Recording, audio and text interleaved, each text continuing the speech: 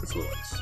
Emperor Constantine the first recognized the need for a new capital. Having legalized Christianity and become a patron of the church, he sought to create a center for the faith.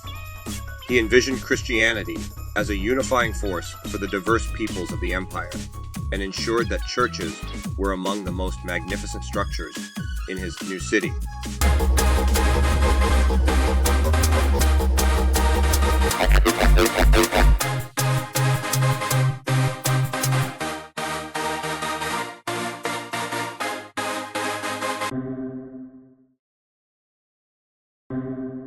Lex Romana. Why the unbroken thread of Roman law remains the preeminent proof of fluid continuation of Roma Imperialis. Before I get into it, Justinian's code is Roman code compiled in Constantinople, but it is Roman code. This Roman code is still the basis of most Western states, including non-European, Asian, or African places. Yes, this Roman law compiled in Constantinople is also the basis of the United States, Canadian, Australian, and New Zealand codes of law. So, let's go. One of the strongest arguments for the continuity of the Roman Empire in Constantinople lies in the unbroken tradition of Roman law. The Eastern Empire did not merely inherit Roman legal principles. It actively preserved, codified, and developed them, ensuring their survival and transmission to later ages. Byzantine law was, in its essence, a continuation of the legal system of Rome, albeit increasingly influenced by Orthodox Christian principles and Hellenistic thought. Roman legal institutions and administrative structures formed the bedrock upon which Byzantine governance rested. The pivotal moment in this legal continuity was the monumental codification undertaken by Emperor Justinian I in the 6th century. By the time Justinian I ascended the throne in 527 AD, Roman law had become a vast and bewildering tangle of statutes passed over centuries, senatorial decrees, imperial constitutions, and the voluminous, often contradictory, writings of classical jurists. No comprehensive collection existed, making the law difficult to access, understand, and apply consistently. Justinian, as part of his ambitious project to restore the glory and unity of the Roman Empire, recognized the urgent need to bring order to this legal chaos. His aim was to create a single, authoritative, and comprehensive body of law that would eliminate contradictions, remove obsolete statutes, clarify ambiguities, and unify the legal system across his empire. Between 529 and 534 AD, commissions of legal experts, most notably headed by the brilliant jurist Tribonian, undertook this immense task. Their work resulted in the Corpus Juris Civilis, a title applied later but now universally used to denote Justinian's codification. This work comprised 4 distinct but interconnected parts, each given the force of law. The Corpus Juris Civilis, Justinian's monumental legal legacy, the Corpus Juris Civilis, or the body of civil law, represents one of the most profound achievements of Emperor Justinian I, whose reign from 527 to 565 fundamentally transformed Roman law. This codification served as the cornerstone of legal systems in the Eastern Roman Empire for centuries and remains a lasting influence on global jurisprudence. The Corpus Juris Civilis is divided into 4 distinct parts. The first part, the Codex Justinianus, was completed in its 2nd edition in 534, following the initial compilation in 529. This codex provided a systematic collection of imperial constitutions, some dating back to the reign of Hadrian in the 2nd century. Organized into 12 books, it streamlined Roman legislation by discarding outdated laws and resolving contradictions. The surviving 2nd edition included Justinian's own contributions to the legal corpus, establishing it as the primary repository of statutory law. The second part, known as the Digesta or Pandecte, emerged in 533 and stands as the most substantial and intellectually rigorous component of the Corpus Juris Civilis. Under the supervision of Tribonian, A commission condensed the writings of renowned Roman jurists into 50 books, encapsulating centuries of Roman legal thought and jurisprudence. This distillation preserved the essential principles and reasoning of classical Roman law, giving these juristic opinions the force of law, a remarkable achievement in legal scholarship. Thirdly, the Institutiones was completed alongside the Digesta in 533. Designed as a textbook for first-year law students, it provided a systematic overview of Roman law in 4 books, covering topics such as persons, things, and actions. Justinian ensured that this educational resource carried legal authority, thus aligning legal education with the reformed legal system. Lastly, the Novae Constitutionae, often referred to as the Novels, comprised new laws issued by Justinian between 534 and 565. These laws addressed gaps in previous codifications and modified existing provisions. Most of the novels were written in Greek, reflecting the linguistic evolution of the Christian Roman Empire. Unlike the other sections, they were not systematically compiled during Justinian's reign, but were later collected by private individuals. The impact of Justinian's codification was monumental. It safeguarded the legacy of Roman jurisprudence, which might have otherwise been lost to history. For the Christian Roman Empire, it provided a coherent, accessible, and authoritative legal system that endured for 9 centuries.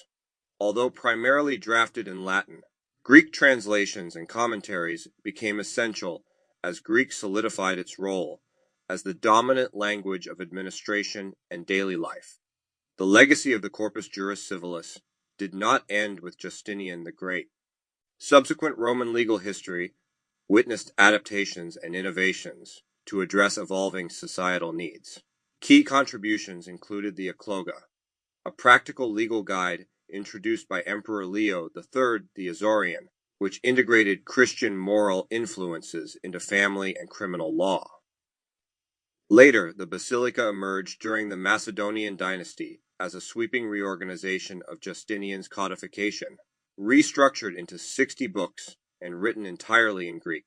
Other significant developments followed, such as the Prochyron and the Apanagoge, which provided practical legal handbooks and explored the intricate relationship between imperial and ecclesiastical authority. The Hexabiblos, compiled much later in 1345, summarized Roman law for a post-medieval context, influencing legal systems under Ottoman rule and modern Greece. Through these works, Justinian's codification achieved a dual purpose: preserving the heritage of Roman law and laying the foundation for its adaptation and expansion in the Christian, Roman world and beyond. The Corpus Juris Civilis stands as a timeless testament to the intellectual and legal ingenuity of the Roman tradition. Throughout this long history, from Justinian's codification to the compilations of the Macedonian dynasty and beyond, the fundamental source and authority remained Roman law as defined by the Corpus Juris Civilis.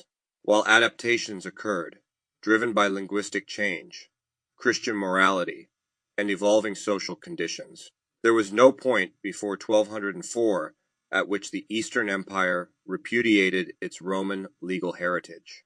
The continuous application, study, and adaptation of Roman law provide compelling evidence that Constantinople remained, in a vital legal sense, the Roman Empire. Basileus Romaean, imperial titles, and the Romaioi.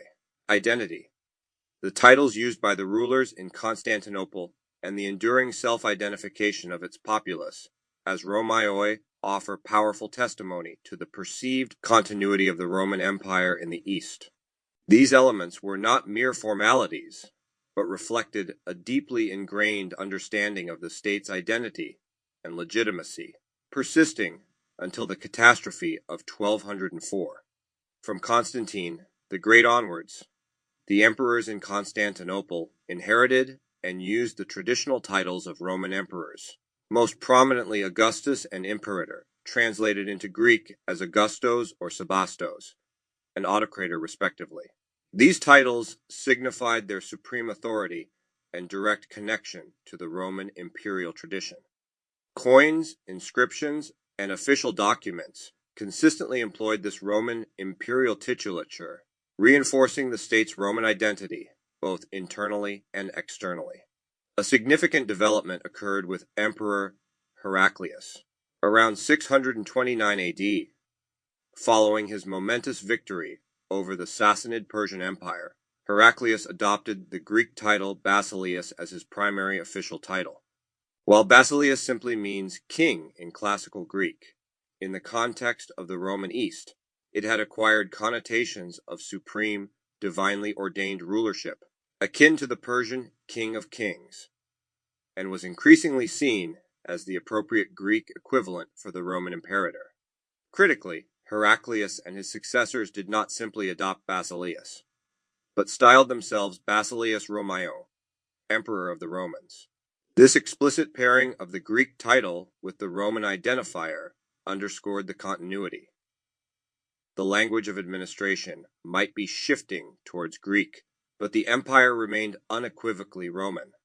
The adoption of Basileus was not a rejection of Roman identity, but rather its expression in the predominant language of the empire's population and administration. Other traditional titles like autocrator continued to be used alongside Basileus, particularly to emphasize the emperor's absolute power. The persistence of the phrase Basileus Romaion as the standard imperial title for centuries, right up to the fall of Constantinople in 1453, demonstrates the unwavering commitment to the Roman legacy. This official insistence on Roman identity mirrored the self-perception of the empire's inhabitants. Regardless of their ethnic background, Greek, Armenian, Syrian, Slavic, or otherwise, or native tongue, the free, Orthodox Christian citizens of the empire consistently referred to themselves as Romaioi Romans. This was not merely a political label, but a core component of their identity, signifying their membership in the legitimate Roman polity, heirs to its history, laws, and traditions, and subjects of the rightful Roman emperor in Constantinople. It distinguished them from barbarians outside the empire, and, importantly, from the inhabitants of the former Western Empire, who they often viewed as having fallen away from true Roman civilization.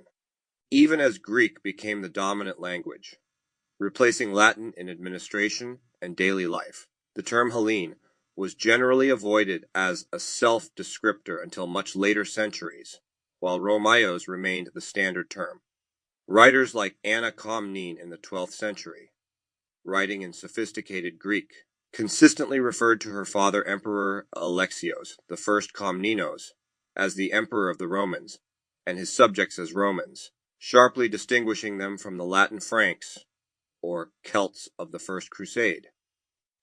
The empire's interactions with other powers further highlight this Roman identity. When Charlemagne was crowned emperor in Rome in 800 AD by the Pope, the court in Constantinople viewed it as a usurpation of the legitimate Roman title, which belonged solely to the emperor residing in Constantine's city. This problem of two emperors persisted for centuries, reflecting the Eastern Empire's unwavering belief in its unique status as the sole continuation of the Roman Empire. Similarly, foreign powers, even while contesting its claims, or using derogatory terms like Empire of the Greeks, implicitly acknowledged its Roman heritage through diplomatic protocols and the very act of rivalry. Arab sources, for example, consistently referred to the empire as Rum and its inhabitants as Rumi. The combination of the official imperial title, Basileus Romaion, and the persistent self-identification of the populace as Romaioi provides compelling evidence against the notion that Constantinople ceased to be the Roman Empire before 1204. While the empire evolved culturally and linguistically, its political identity, rooted in the Roman tradition and centered on the Emperor of the Romans, remained intact.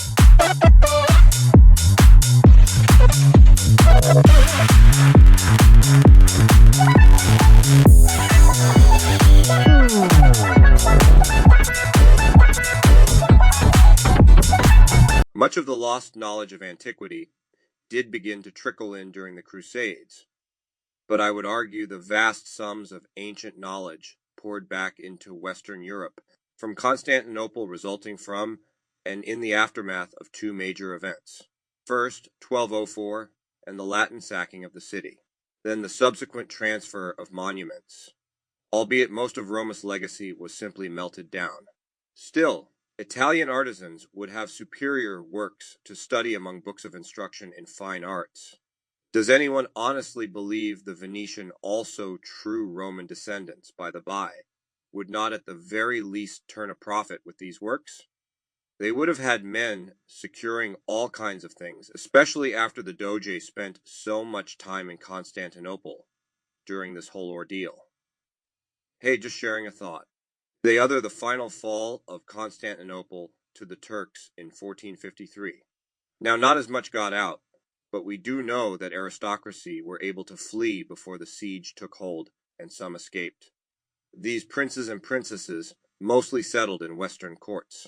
This would not be a huge cache, though still impressive, of artifacts. However, the applied understanding of these manuscripts, methods, and recollections would have started the Renaissance in earnest. This is a case where Eastern Rome proves they are actually just Romans 1100 years in the future. By bringing back what was lost when the Romans left the West and went back to across their ancestral Shangri-La on the Marmara, then once again return west containing the culture and forgotten knowledge, the argument of continuity is proven complete again.